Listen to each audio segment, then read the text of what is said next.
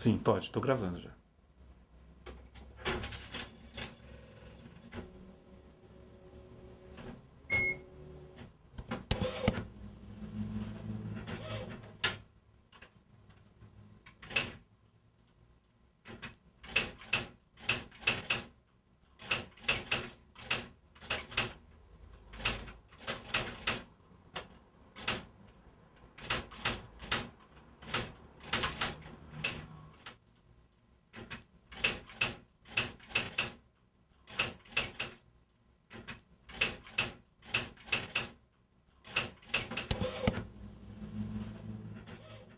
Quando comecei a gravar este documentário, eu já pensava em editar a abertura usando o som do Wilson Martins trabalhando em sua máquina de escrever.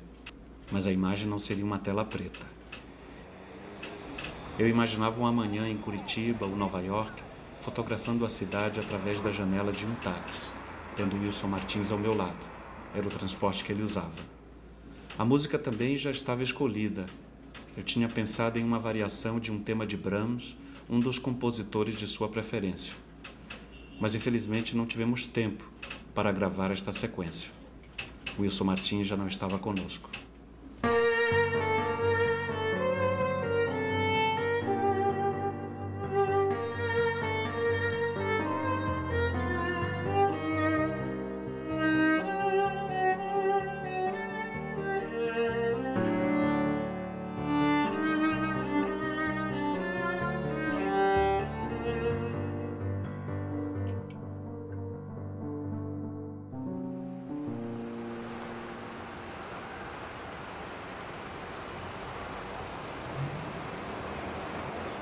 Eu assino o nome no crédito Wilson Martins. Isso. Certo? O senhor pode falar para mim, Wilson Martins? Wilson Martins, E o crédito que eu coloco, crítico literário? crítico literário do jornal do Globo. Este foi o meu primeiro encontro com Wilson Martins. Eu fui ao seu apartamento gravar uma entrevista sobre o poeta H. Dobal. Era o primeiro documentário desta série sobre escritores brasileiros que a gente realiza na Trinca Filmes. O senhor quer colocar mais alguma coisa? Eu vou lhe pedir permissão só para ajustar o... Em nosso segundo encontro, gravei um depoimento sobre o escritor Ariano Suassuna. E já tínhamos, naquele momento, começado a gravar um documentário sobre o próprio Wilson.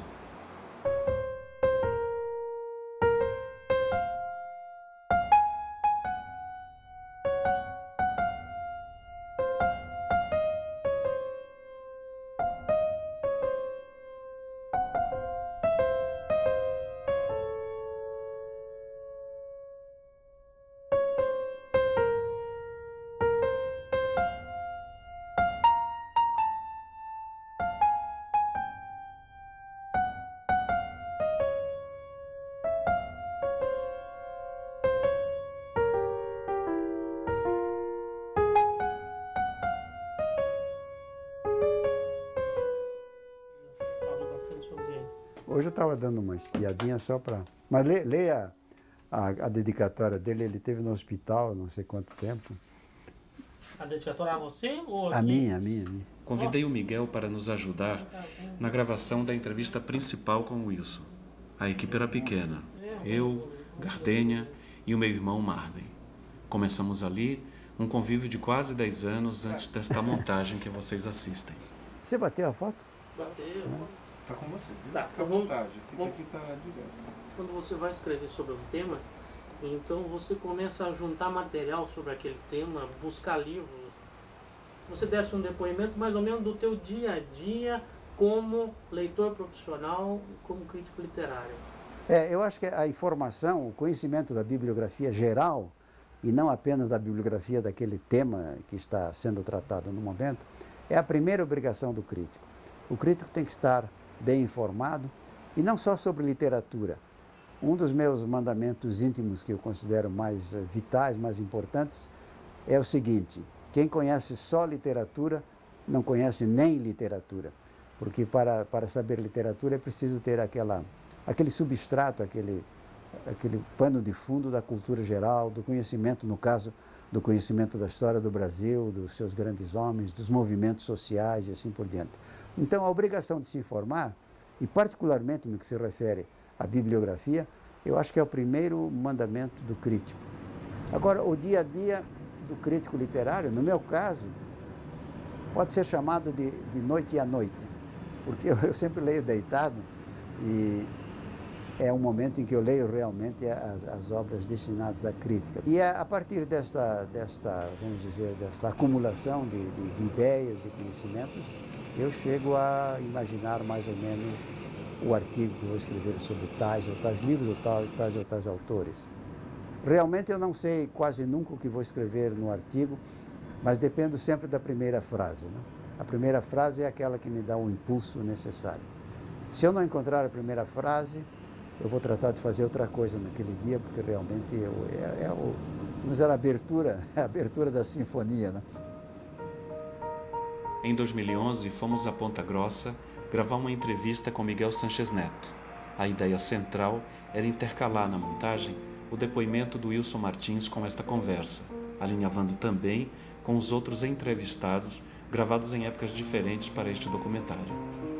No final, tínhamos também à nossa frente uma variedade de texturas, de imagem e de som, por conta de termos usado diversos equipamentos ao longo da produção.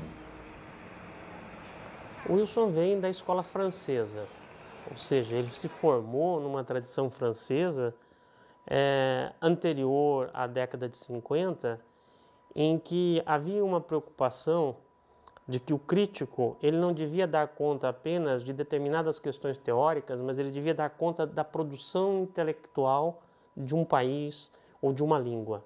Então essa foi a ambição. O Wilson sempre dizia que era uma ambição de louco, que a ambição dele é de tentar compreender o Brasil a partir da sua produção literária e da sua produção intelectual no sentido mais amplo. Bom, eu nos momentos de delírio me considero o lobo da estepe, quer dizer, o grande solitário que não faz parte de grupo nenhum. Mas é claro que o grupo espiritual existe, né? Eu sou amigo íntimo de Euclides da Cunha, ou de Joaquim Nabuco, ou de Machado de Assis, é uma coisa que não se pode negar. Em outras palavras, eu coloco os meus estándares, né, os meus gabaritos, num plano, vamos dizer, mais ou menos eterno, se essa palavra não for demasiada, ou permanente, de qualidade literária.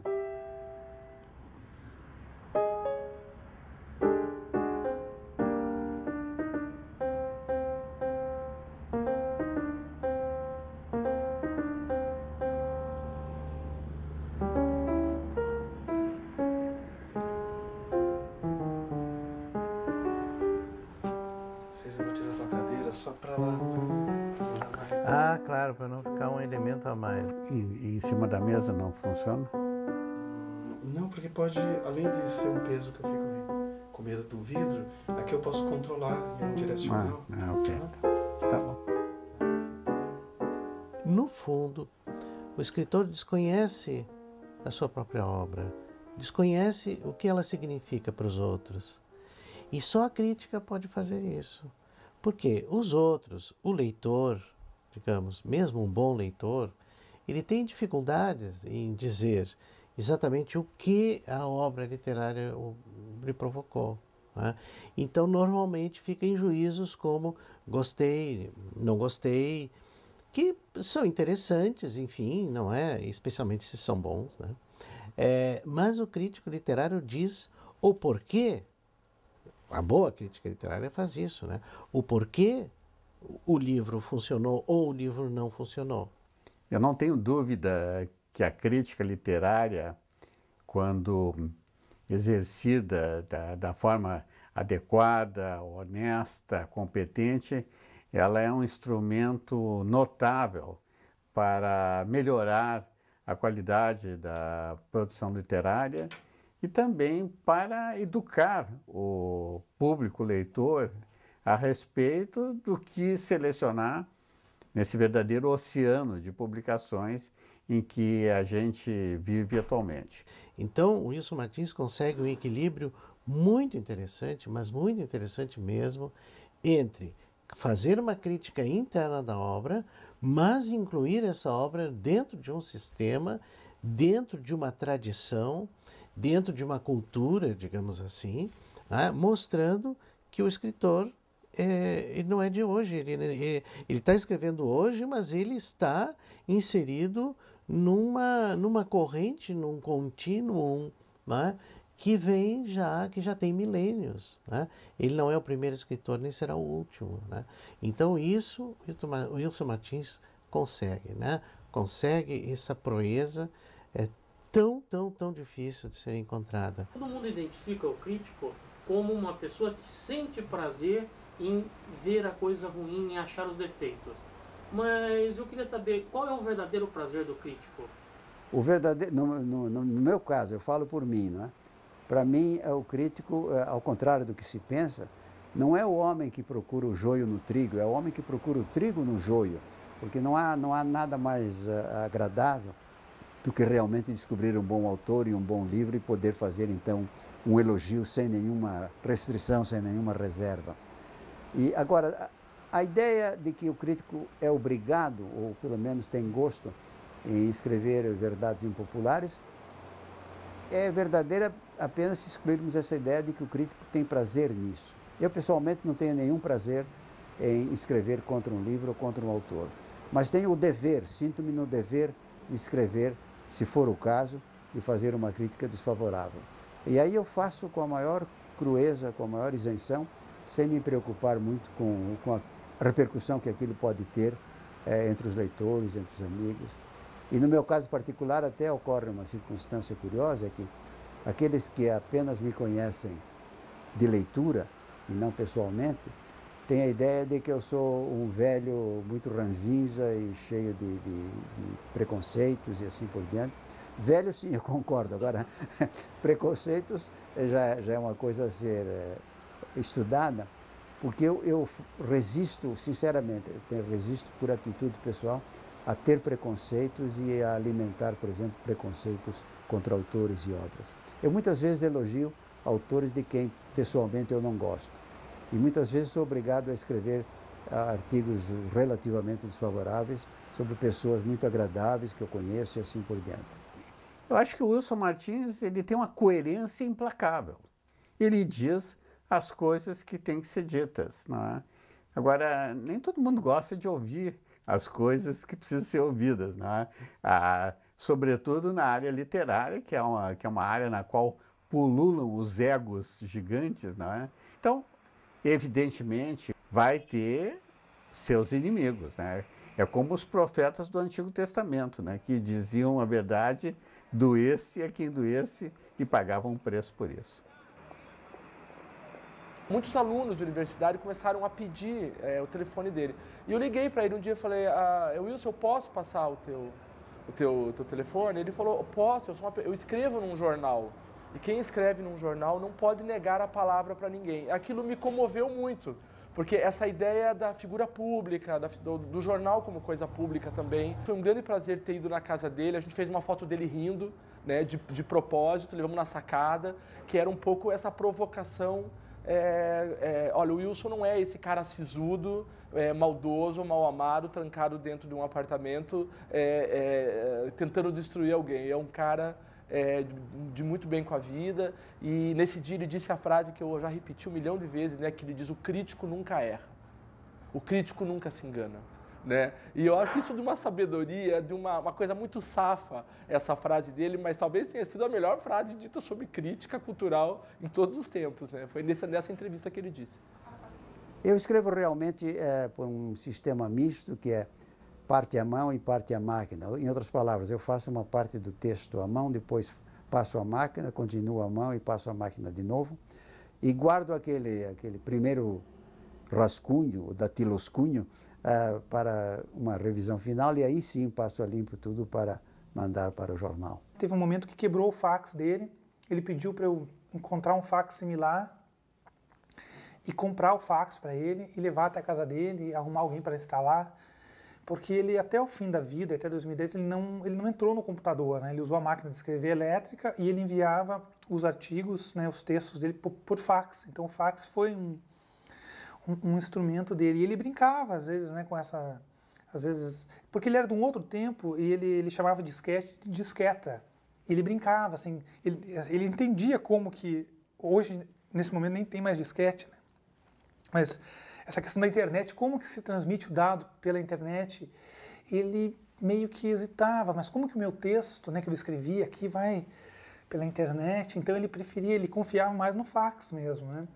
Te dava muito trabalho, o que te causava o fato de ele te mandar por fax? A gente tinha... tinha... falando de uma época da internet, as pessoas mandam por e-mail, né? Você trabalhava de uma outra forma com ele. A gente tinha Mirderra, né? Como aconteceu várias vezes, ele ligou algumas vezes muito educadamente, dizendo, olha, pediria que vocês tomassem mais cuidado, tal, porque era digitado, né? O texto era digitado lá no jornal e daí, imagina, o digitador, uma pessoa que tinha pouca instrução, errava muita coisa. Aí a gente botava o fax do lado da primeira impressão, da primeira prova e ia conferindo, né, tentando identificar ali os erros para não acontecer. Então ali veio uma história de um cuidado muito grande com o Wilson Martins, né, para não acontecer, e eu ligava para ele.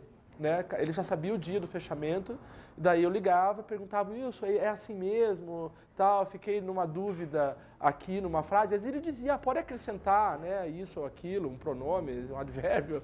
No Brasil, havia e ainda continua havendo um esporte no meio literário, que é o esporte falar mal do Wilson Martins, né? Em todos os lugares que a gente vai, que a gente ia, sempre tem alguém para falar mal do Wilson Martins, geralmente alguém que recebeu uma avaliação negativa de algum livro que acaba falando mal do Wilson Martins. E eu mesmo cheguei a falar mal do Wilson Martins antes de conhecê-lo pessoalmente. Eu não concordava com as opiniões que ele tinha sobre poesia contemporânea, principalmente as opiniões que ele tinha sobre o Paulo Leminski. E então, antes de conhecer o Wilson Martins, eu já li os seus artigos, utilizava alguns dos seus livros, mas sempre com um olhar crítico. Mas quando, a partir de 1994, eu já fazendo crítica literária militante, o que quero dizer com crítica literária militante? Aquela crítica literária semanal que a gente faz nos jornais. Caiu nas minhas mãos um dos pontos de vista que estava sendo lançado e eu li Foi a primeira vez que eu li uma coletânea de artigos de jornal do Wilson Martins, do começo ao fim, e eu fiquei deslumbrado. Eu falei, meu Deus, o que esse homem está fazendo dentro da cultura brasileira? Ninguém fez até agora. Então foi a partir da reunião dos artigos de crítica dele é que eu percebi a importância de toda a outra produção do Wilson Martins, da história da inteligência, da crítica literária no Brasil, de um Brasil diferente, que são os ensaios que têm, digamos, mais uma cara de ensaio. O ponto de vista que se deve manter é o seguinte, é não ter a menor preocupação com a repercussão dos seus juízos, dos seus julgamentos. É fazer aquilo com sinceridade, jogar aquilo no ambiente público, para os leitores, e simplesmente aguardar, porque se aquilo estiver certo, algum dia ficará provado que está, e se não estiver certo, temos que nos resignar, é a condição humana, né, de que o crítico também não escapa. Né? O que a gente vê é que a tua temperatura, ou ela é fria, ou ela é quente. Né? Quando ela é quente, quando você diz os elogios com todos os adjetivos, sem nenhum medo de usar os adjetivos. É verdade. E quando ela é fria, quando você diz também todos os adjetivos negativos... Gelados. Né? Eu queria que você falasse um pouco sobre crítica e temperatura. É que eu nunca fico em cima do muro, realmente. Né? Eu me comprometo. Se há alguma coisa que possa ser elogiada na minha crítica, é que é uma crítica comprometida pessoalmente. Eu me comprometo com os meus julgamentos. De forma que, quando se trata de elogiar, eu acho que faz parte até de uma certa nobreza do ofício, elogiar sem reservas, né? Dizer este aqui é um grande escritor, um grande livro, assim por diante. Mas também quando se trata de uma crítica desfavorável, é um dever moral dizer que aquele livro não é tão bom por isto e por aquilo. Entre parênteses, não basta dizer que o livro é bom ou mau, né? É preciso dizer por que aquele livro é bom ou mau. E quando se trata de um livro que não me agrada, como crítico literário, eu tenho que expor as minhas razões. E também com franqueza. Porque eu já cheguei, depois de tantos anos de trabalho, eu cheguei a uma conclusão curiosa. É que a crítica, vamos dizer, medianamente desfavorável, desagrada da mesma maneira que a crítica inteiramente desfavorável. Então, para não correr esse risco apenas pela meia-verdade, é melhor correr pela verdade inteira. Porque realmente uma crítica desfavorável, pelos meus cálculos científicos, desagrada em cada semana, vamos dizer, uma média de 15 a 20 pessoas, que é o próprio autor, os seus amigos, a sua família e assim por diante, e os outros críticos que por acaso já elogiaram aquele livro. Mas isso é o risco da profissão e que se deve correr alegremente. Eu acho que é uma coisa que se deve até correr com espírito esportivo. Eu escrevo isto e agora vocês se arranjem, não?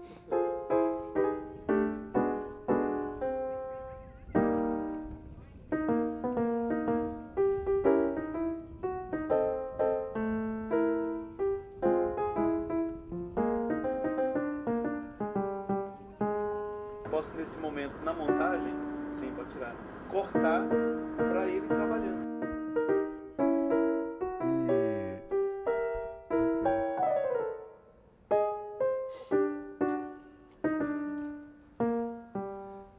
O Wilson Martins é um homem, um ser essencialmente ético.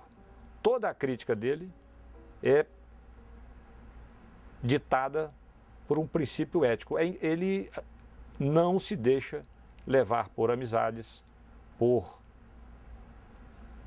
ele não se deixa tomar por nenhum gesto que não seja o exame frio do texto. Entendeu? Então ele vai construindo, a impressão que eu tenho é que ele não se importa muito com o que dizem e escrevem sobre ele. Ele vai fazer, ele ri. Eu já li ao telefone, quero deixar esse depoimento aqui, que eu já li ao telefone vários textos contra o Wilson Martins. Alguns de ataque até pessoal, que não chegam a ele lá. Eu já li. E ele, a atitude dele não muda o tom na conversa no telefone, ele ri. E diz, às vezes ele faz, o único comentário que ele faz assim, o camarada está brabo. Olha, o caso do Wilson é um caso único na literatura ocidental.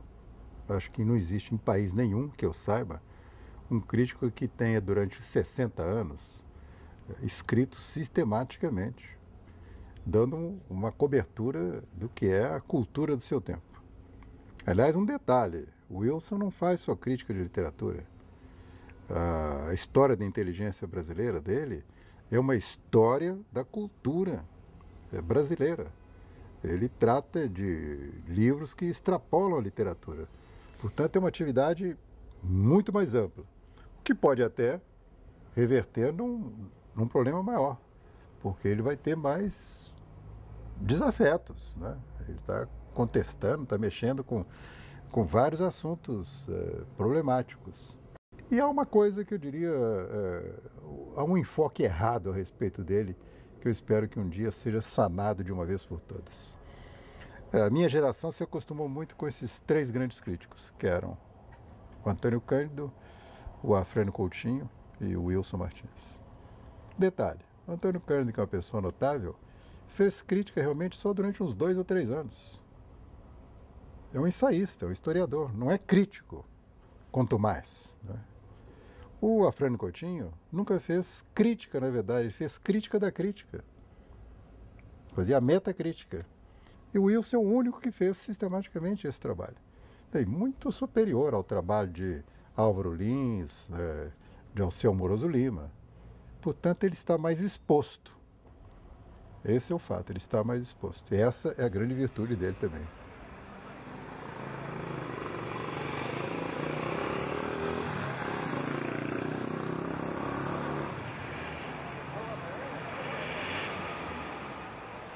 E você descobriu vários autores. Eu queria que você falasse sobre alguns dos autores que você foi o primeiro a dizer, não, esse realmente é o mestre, esse é um grande escritor. Aquelas opiniões que tomaram dianteira em relação à recepção da obra no Brasil. Aí há até um certo prazer sádico, não é? Você perceber que um autor foi desconhecido ou foi mal interpretado e de repente poder escrever, não, isso não é assim, este homem é um grande escritor, ou um homem completamente desconhecido que realmente apareceu e ninguém prestou atenção. Por exemplo, o José J. Veiga. Eu fui talvez o primeiro crítico, ou o primeiro crítico num grande jornal, que era o Estado de São Paulo, a escrever um artigo extremamente favorável sobre os cavalinhos de Platiplanto. E a partir desse momento, então, praticamente todo mundo começou a achar que de fato era um grande livro e que ele era um grande contista. Outro dia, numa declaração até aos jornalistas, o Moacir Scliar declarou isso, que quando saiu o seu primeiro livro e que estava sendo absolutamente ignorado, Eu escrevi um grande elogio no estado de São Paulo, nesse tempo, o jornal onde eu escrevia. E um elogio desinibido, realmente favorável ao livro, e tentando identificar aquele tipo de humor que o Moacir Scliar introduz nos seus contos e assim por diante. E ele declarou há pouco tempo aos jornalistas o seguinte, que foi uma surpresa extraordinária que ele recebeu por ter sido elogiado por um crítico não só completamente desconhecido, não era amigo dele nem de longe, nem de nome, num grande jornal brasileiro, que era o Estado de São Paulo, de forma que ele recortou aquilo e guardou no bolso do paletó e andava pela cidade e de vez em quando consultava aqueles elogios para ver se realmente era verdade, né? E outras vezes eu tenho opiniões, vamos dizer, arriscadas, que são mal recebidas e que depois o tempo, que é o meu grande aliado, o tempo comprova que eu estava certo. Por exemplo, eu escrevi que o Guimarães Rosa, na verdade, não era um romancista, ele era um contista. E que o Grande Sertão, na verdade, é uma série de contos ligados uns aos outros por justaposição, mas não formam romance. Isso foi muito mal recebido e mais uma prova de que eu era um perfeito imbecil em matéria de crítica literária. Mas muitos anos depois, numa entrevista famosa a um crítico alemão, ele declarou exatamente isto. Eu não sou um romancista, eu sou um contista, eu sou um homem que escreve contos e assim por diante. Imagina a alegria com que eu li isso muitos anos depois de ter sido anatematizado pelos outros críticos. Eu lembro só, agora você me perguntou, você fez essa pergunta, eu lembrei da estante dele. Eu lembro que tinha Guimarães Rosa, e um dia eu perguntei para ele se ele gostava, ele falou que era um dos que ele relia, assim como Machado, assim como tinha livro do Miguel e do Pellegrini, que eu lembro na estante dele, né? Que não era uma grande biblioteca, era uma parede só, e ali ficava o absolutamente essencial. Ele viveu sempre cercado de livros. Agora, era um homem que não tinha o apego material ao livro. Eu acho isso uma coisa legal para falar. Porque, geralmente, quando você tem um cara que gosta muito de livro, um bibliófilo, ele não quer que risque o livro, ele quer guardar o livro muito bem. Os livros do Wilson Martins, depois eu posso até procurar, eu tenho alguns que ele me deu, eram anotações feitas à caneta. Caneta vermelha, como se fosse o professor fazendo a correção do trabalho. Ele abria os livros sem maior respeito, quebrava a lombada dos livros e ele tinha assim o apreço era pelo que o livro trazia, não era o apreço, não era um fetiche pelo objeto livro, pela mercadoria livro. Tem alguns livros que tu mostrou pra gente, né, que tu terminou participando também, né? Você pode mostrar pra gente? Vamos agora? Vamos lá. Vamos lá dar uma olhada neles? O que é interessante é que eu moro nessa casa aqui, ela acho que umas 5 quadras de onde o Wilson morava, né? É bem pertinho mesmo. Pertinho, e eu sempre morei muito longe dele, né? Eu sempre morei assim, uma distância, às vezes mais de 1 hora. Aqui nessa prateleira a gente vê os livros da coleção Brasil Diferente, né? Que foi a coleção editada pelo Miguel Sanches Neto, na época que ele era diretor-presidente da Imprensa Oficial do Paraná, entre 99 e 2002. Aí a gente teve uma grande felicidade, né, a ideia do Miguel de fazer uma homenagem ao Wilson, aqui o mestre da crítica. Esse livro foi nos 80 anos, 80 não é? Foi. Ele comemorando os 80 anos dele. Foi um livro com várias contribuições. Tem um texto do Luiz Antônio de Assis Brasil também. Do Scliar. Do Scliar também. A gente viu aparecer ali pela imprensa, já em 2003, uma reedição de Um Brasil Diferente. A gente vê aqui em cima os originais aqui do Ponto de Vista, né? A coleção que ele reuniu toda a crítica dele até... Você teve um trabalho especial nesse último. No 15º, ele fez uma dedicatória aqui. Você pode ler? Para o Márcio, excelente editor e amigo ainda mais excelente. Abraços, Wilson Martins. 24/7 de 2004.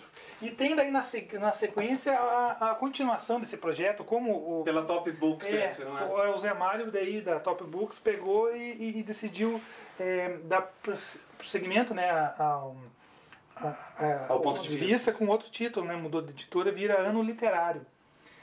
Também tem 2 volumes. E ali eu vejo a história da inteligência brasileira, né? A primeira edição. E essa era a coleção dele, né? Aconteceu algum... eram os livros dele? Eu comprei uma coleção dessa até numa feira de livros aqui no Sebo. Não sei se era no Sebo aonde, uma nova. E daí, acho que eu não lembro qual era o trabalho, o projeto. Eu sei que eu acabei deixando na casa dele, por exemplo, aqui, ó, esse aqui é uma edição mais nova, mas a gente acabou trocando os volumes e eu acabei ficando com os dele. Esse aqui tá bem aberto, bem aberto, manuseado. Acabou ficando comigo e eu acabei não devolvendo. Enfim, a gente trocou de exemplares, né? E fiquei com uma raridade aqui, né? Também vale a pena mostrar que na época da imprensa oficial do Paraná a gente fez uma parceria com a editora Francisco Alves para reeditar A Crítica Literária no Brasil, que era um livro dele que estava esgotado, né, em 2 volumes, que ele recupera toda a crítica literária desde o início, né, no Brasil.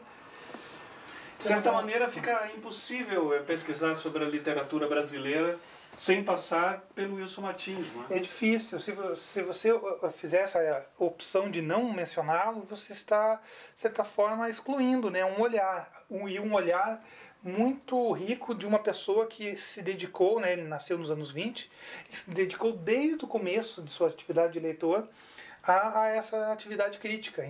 E uma coisa muito marcante para mim, que eu tenho pensado recentemente sobre isso, é de onde vem o estilo do Wilson Martins, de onde vem o olhar do Wilson Martins. Cada vez eu me convenço mais que vem de um livro formador que para ele dizia que tinha sido a leitura mais importante da vida dele, feita no Ginásio Paranaense, em Curitiba, quando ele ainda era aluno, que foi Os Sertões de Euclides da Cunha. Então eu acho que o olhar do Wilson Martins sobre o Brasil, ele é um olhar que vem do olhar do Euclides da Cunha sobre o Brasil, né? Primeiro, o Wilson nunca aceitou que se lessem Os Sertões como romance. Ele sempre insistiu, Os Sertões é um ensaio. Os Sertões é um livro que tenta pensar o Brasil a partir de um determinado fato, que é Canudos. E eu acho que foi os valores da geração do Euclides da Cunha, foi essa preocupação de entender o Brasil do Euclides da Cunha, que ele leva adiante de uma outra maneira, com uma outra linguagem, mas eu acho que aquilo formatou o intelectual que ele veio a ser na sequência, né? Esse olhar para o Brasil. Por isso que eu acho que ele tinha algo de nacionalista dentro da sua postura, dentro da sua preocupação. Ele é um crítico brasileiro que mais se preocupou com o Brasil. Esse é o trecho, sobre o Euclides, escrito pelo Wilson Martins. Pelo Wilson Martins. Tudo isso faz com que Euclides da Cunha tenha ficado acima de qualquer outro na literatura brasileira como o criador de um estilo. É nessa linha que se vai exercer de 1902 aos nossos dias o que eu chamaria não a sua influência, mas a sua presença. Com efeito, o autor e o livro logo se transformaram em mito da vida literária, com todas as consequências aterrorizantes que tal coisa comporta. A presença avassaladora jamais se transmudou realmente em influência. Para que esta última se exerça, é preciso que seja mais liberatória e reveladora do que despótica e imperativa. Em outras palavras, segundo um postulado conhecido, a influência nada cria, mas desperta as potencialidades latentes nos espíritos que a sofrem. O Euclides foi, assim, a figura realmente que formatou esse olhar do Wilson sobre o Brasil e sobre a cultura brasileira. Essa preocupação em entender o país e também essa preocupação vernácula, essa preocupação com a linguagem que o Wilson Martins também sempre teve. Muitas vezes eu ouvi críticas ao Wilson Martins dizendo o seguinte: ele tem uma linguagem do século XIX. Ele tem uma linguagem próxima dessa do Euclides da Cunha, não com os mesmos termos e com a mesma raridade dos termos, mas é uma linguagem mais densa, digamos, que vem dessa sua leitura amorosa do Euclides da Cunha. Foi a leitura que realmente formou o crítico literário. Então, tá gravando, tá?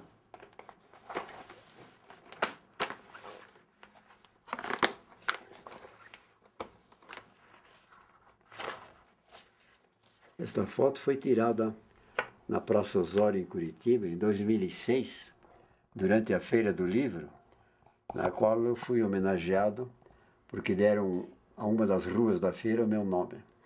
Estou aqui em companhia da minha mulher, Ani, e do meu amigo Eduardo Rocha Virmonde.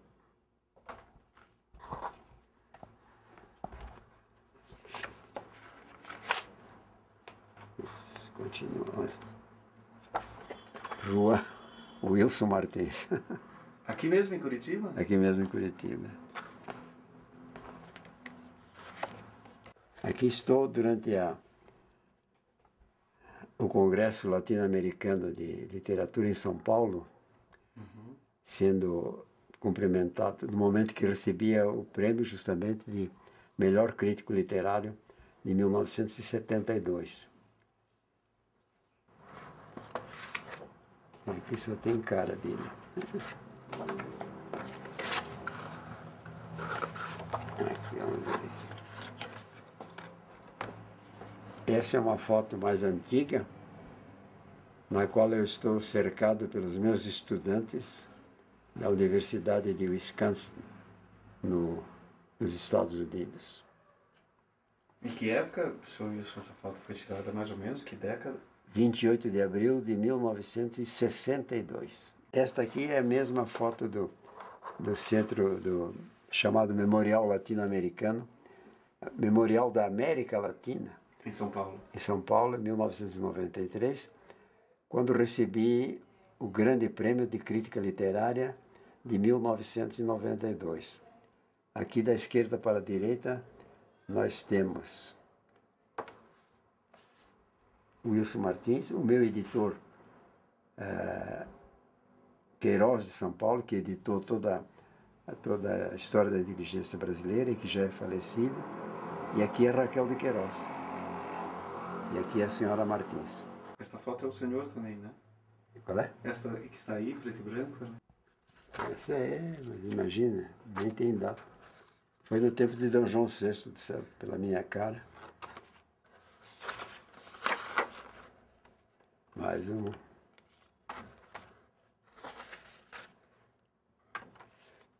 Aqui está. O Wilson Martins, ao lado do carvão pintado pelo Guido Viaro. O nome do pintor. O nome do pintor. Aqui é na Universidade de Nova York, durante uma reunião em que eu estou ao lado da diretora do Departamento de Espanhol em Português, chamada Helena Anderson. Isso em 87. Esse, de novo, cumprimentado durante a cerimônia na Universidade de Nova York. Eu estou sendo cumprimentado pelo professor Warren, que já faleceu. Isso no gabinete do presidente da universidade.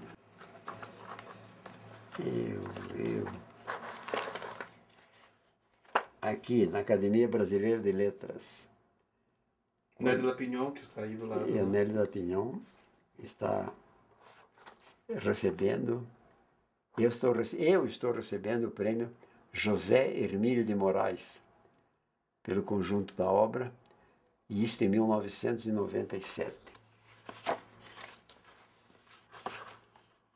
Essa é a dona Ana Martins.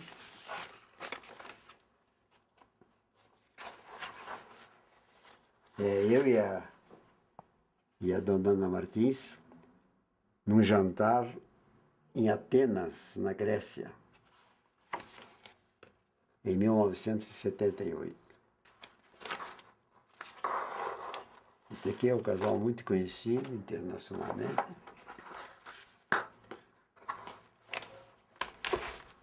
Só você que me faz remexer nisto. Bom, se eu tivesse tempo e jeito, eu organizava essas fotografias. Não há possibilidade de fazer isso. Mas pelo menos o senhor as mantém, né? É.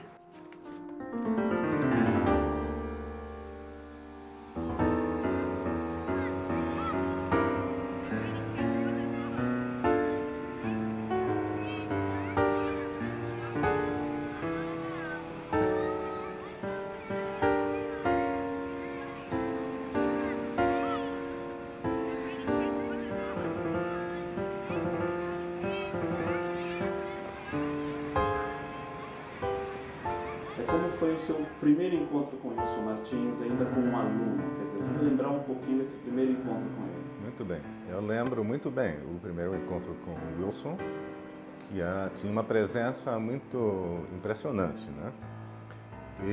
Isso foi em 1977. Então eu entrei e tinha um escritório aí ocupando a maior parte do escritório, com prateleiras de livros do solo até o teto, todos com livros arranjados com uma perfeição extraordinária. Depois eu descobri que estavam organizados cronologicamente por país e por língua, que já devia ser uma sorte de revelação sobre a personalidade, sobre a mentalidade do Wilson. Ele sentava atrás e não se levantava, porque era incapaz, né? Por causa do seu defeito físico. E me convidou para entrar e tomar um assento. Ele estava lá com um livro na mão. Quando abri a porta, estava lendo. Então, sempre que eu fui para falar com ele, tinha um livro na mão. Era um livro que ele pegava das prateleiras. Agora, eu sei perfeitamente bem que ele já tinha lido aquele livro pelo menos uma vez. Que ele, sem dúvida, já tinha escrito alguma coisa importante sobre aquele livro. Mas aí estava, no maior fôlego, né, descansando, lendo um livro.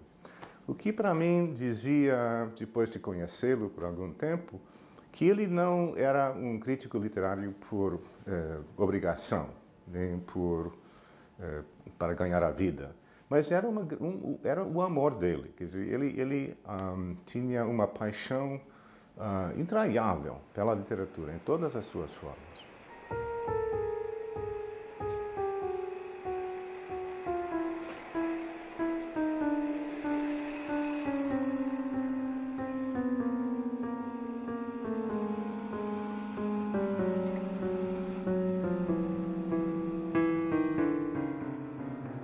E logo eu soube depois, quando ele me falou sobre o trabalho que fez na biblioteca pública, que ele ia lá, imagina, de táxi, e passava todo dia lá.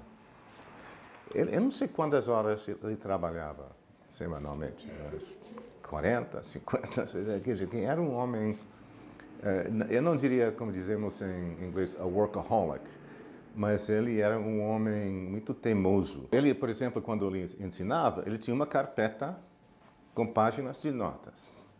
E ele lia, não improvisava. Lia, mas como conhecia a matéria tão bem, era como se improvisasse, entendeu? Então, era um jeito... Mas isso também dá a impressão de ser uma coisa um pouco antipática, mas no fundo não era. Porque ele estava sempre procurando manter contato com o aluno. E, por superior que ele fosse nos seus conhecimentos, eu sempre tinha a impressão de que ele me tratava como um igual. Ele não ensinava tanto como que compartilhava o seu entusiasmo e os seus conhecimentos sobre a literatura. E, então, o único requerimento do aluno para ter êxito e sucesso na aula dele era também ter esse interesse. E as aulas eram ministradas em português ou em inglês? Em português. E nesse período é que tive então o tempo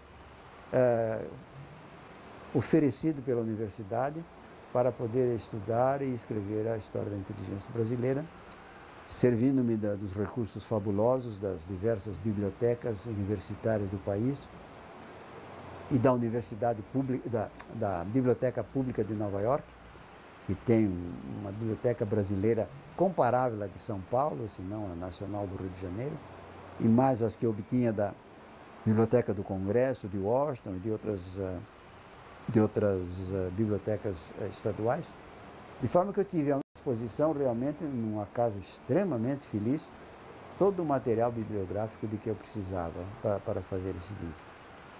A minha intenção inicial, o plano que eu não revelava a ninguém, porque senão me prendiam, me mandavam para o hospício, era ler todos os livros brasileiros, jamais publicados, desde 1500. E passei uma grande parte, mas logo verifiquei que não era possível. E ainda hoje, lendo meu livro, encontro tais e tais livros que eu não consegui ler, não achei e assim por diante. É por isso que eu digo, acho que o mundo dele era um mundo de ideias, de textos. E a história da inteligência brasileira é a prova, não é? Quem mais escreveu um livro sobre a história intelectual de um país, de uma cultura, em base aos livros publicados ano tras ano? É uma ambição quase inacreditável, a ideia desse livro. Até vou contar uma história, já que hoje estamos em veia de confidências, né? Vou contar uma coisa curiosa, que quando eu estava preparando a história da inteligência brasileira, eu não me limitei a ler livros e mais livros e mais livros, embora essa fosse realmente a minha obsessão mais séria, mas eu procurei viajar por aquela parte do Brasil que eu não conhecia, porque eu precisava saber coisas absolutamente desligadas da literatura e da vida intelectual. Por exemplo, como é que as pessoas andam na rua? Falavam muito, por exemplo, no Teatro Amazonas, mas era preciso ir ver o Teatro Amazonas, não basta olhar as fotografias. Então, a pessoa entra no Teatro Amazonas e tem aquele deslumbramento, não espera que um teatro como aquele estivesse em plena selva amazônica. Quer dizer, aquilo foram brasileiros que fizeram realmente, não? Então, como se diz? Uma percepção física. Uma percepção física e este quadro variado de paisagens, de caras de pessoas, de maneiras de andar na rua, de conversar, reações das multidões e assim por diante. Tudo isso não tem penetração nenhuma no meu livro, mas teve em mim quando eu escrevia o livro, não?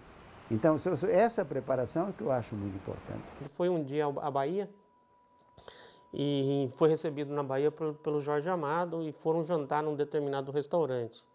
E o Jorge Amado falou, eu vou te mostrar um terreiro, eu quero te mostrar um terreiro para você conhecer como é que funcionam as religiões aqui na Bahia, tal, aqui em Salvador. E foram de carro até um determinado local em Salvador, só que era um morro muito acentuado e o Wilson não podia subir pelos problemas que ele tinha de locomoção. Então o Jorge Amado colocou no pescoço, entrou por baixo das pernas, colocou o Wilson no pescoço e subiu um morro para mostrar o que era o terreiro. E o Wilson Martins terminava essa história que ele contava para a gente dizendo o seguinte, e foi então que a crítica literária andou sobre a literatura brasileira, porque o Jorge Amado era a literatura brasileira e eu era a crítica literária. Quem é o Wilson Martins? Pelo próprio Wilson Martins, né? E falar quem você acha que você é, né? E qual é a tua família espiritual na crítica literária brasileira, na grande crítica literária brasileira, né, do século XIX e do começo do século XX? A minha vontade é responder como essa de Queiroz, né? Eu sou um pobre homem da Póvoa do Varzinho, né? Eu sou um pobre homem que nasceu na Penha, em São Paulo, e fiz depois esse percurso por uma fazenda de café, depois minha família se mudou para Curitiba, e aqui então começou essa história toda de que nós falamos.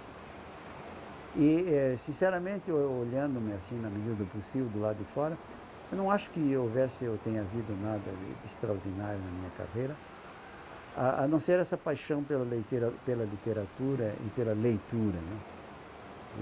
Num discurso que há muitos anos eu fiz em São Paulo, eu disse isso, que o crítico só deve ter uma paixão, que é a paixão literária. E, de fato, esta paixão eu tenho.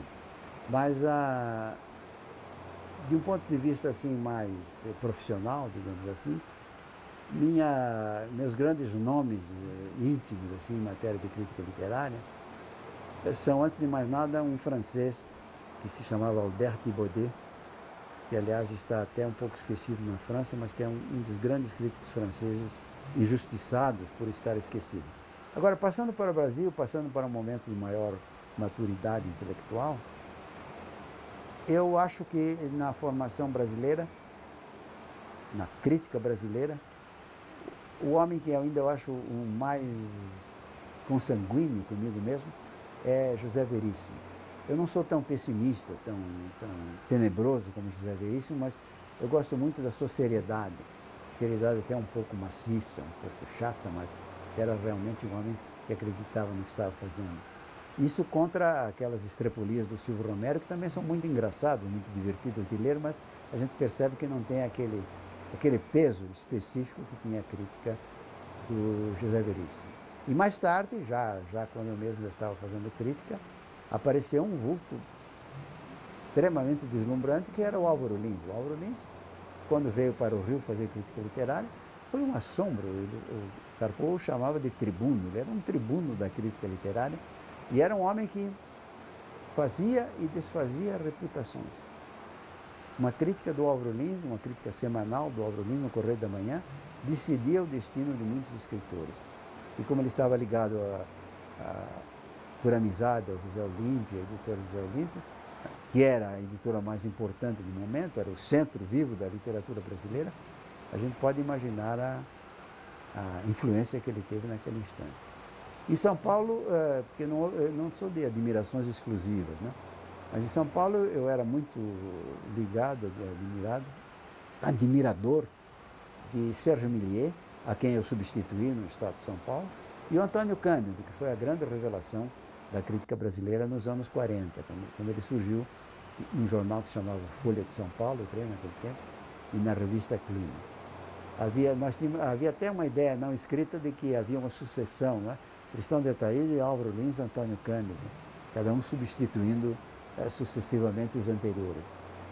E fora outros escritores, naturalmente, que praticavam a crítica esporadicamente, mas entre os profissionais eu acho que foram esses os que estavam mais próximos de mim. Eu conheci o Wilson ele já com uma idade bastante avançada. Portanto, eu conheci o Wilson já não estava na plenitude das suas condições físicas. Mas eu conheci o Wilson Martins ainda usando bengala, né, por conta dos seus problemas de locomoção. Ele teve paralisia infantil, ele usava uma aparelhagem de ferro nas pernas para poder andar, mas ele andava com bengala. Então eu o conheci andando de bengala. Logo em seguida, ali por 96, por aí, o Wilson Martins começou a usar muletas, mas ele ainda se locomovia de forma independente. E no final, passado algum tempo, ele foi para a cadeira de roda. Ali por 2000 mais ou menos, ele entrou em cadeira de roda, 2001 talvez, ele só se locomovia com cadeira de roda.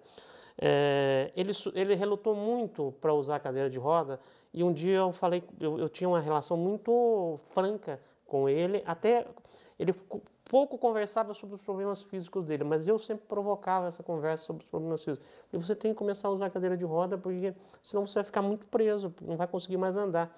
E ele disse, o dia que eu sentar numa cadeira de roda, eu vou me entregar. Ao contrário, ele começou a usar a cadeira de roda e viveu ainda 10 anos praticamente com cadeira de roda, né? Então eu acompanhei todo esse processo da bengala para a muleta, da muleta para a cadeira de roda, mas o momento realmente que eu senti que ele estava frágil foram os últimos encontros em que ele começou realmente a definhar fisicamente, no sentido de diminuir a massa corporal. Ele foi ficando menor, quase desaparecia dentro da cadeira. Isso foi um choque muito grande. Quando eu percebi, falei, não, ele está com uma massa muscular, uma massa corporal muito pequena, e eu acho que é o fim. Mas seguia trabalhando? Seguia trabalhando. Ele acordava religiosamente de madrugada, ele começava a ler de manhãzinha, ele lia até as 11 horas da noite, ele nunca se entregou. O Wilson parou de publicar as crônicas, as resenhas na Gazeta. Então a gente sabia que alguma coisa estava grave. E a sensação, eu estava na casa dos meus pais, eu recebi o telefonema de manhã do Oscar Rocker, contando, Márcio, o Wilson morreu, o Wilson Martins morreu, né? Uma pena, a gente sabe que você é amigo dele e tudo, e hoje você daí fica com essa tarefa do texto, né? Do texto de homenagem. E daí eu fui pro enterro e demorou para entender que ele morreu. Acho que até hoje eu ando assim, algo que eu não absorvi direito, pela amizade. Você não está gravando o que eu escrevo, não? Não. Eu estou escrevendo bobagens aqui. Tá certo. Em novembro vai sair melhor, sair com os dedos mais. Sim, gravamos mais um pouco em novembro. Não pude ir em novembro. Remarcamos a gravação para março do ano seguinte, próximo ao seu aniversário. Infelizmente, o estado de saúde do Wilson já estava bastante delicado. No dia 30 de janeiro de 2010, recebi as últimas informações sobre ele através dos twitters escritos pelo Miguel Sanches Neto. Perdemos naquela data o nosso mestre da crítica. Foi bom fazer isso, porque minha máquina agora apareceu um defeito aqui.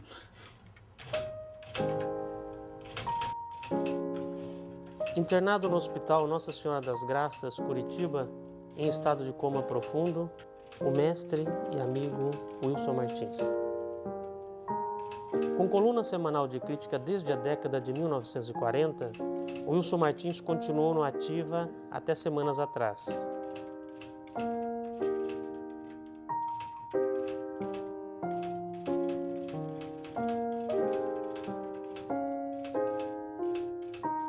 Crítico independente, afastado da vida literária, escreveu o maior ensaio sobre a cultura nacional, a história da inteligência brasileira.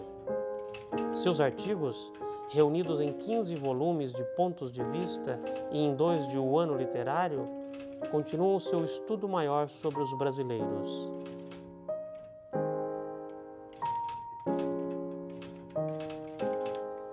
Ateu, ganhando um São Miguel, perguntou a vocação do santo.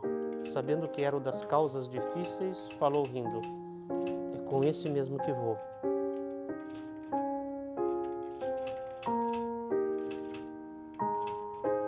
Wilson nasceu em São Paulo em 1921, mudou-se para Curitiba em 1930, juiz, professor da Universidade Federal do Paraná, crítico do Estadão, Globo, Jornal do Brasil e Gazeta do Povo. Em 1962, vai para os Estados Unidos, professor, entre outras, da Universidade de Nova York, onde se aposentou em 1991, voltando para Curitiba. Wilson fez da leitura e da crítica um exercício de vitalidade.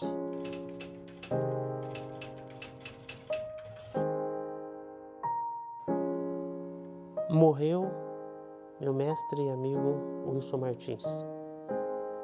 Está sendo velado na Capela 3, cemitério luterano em Curitiba, ao lado do estádio Couto Pereira.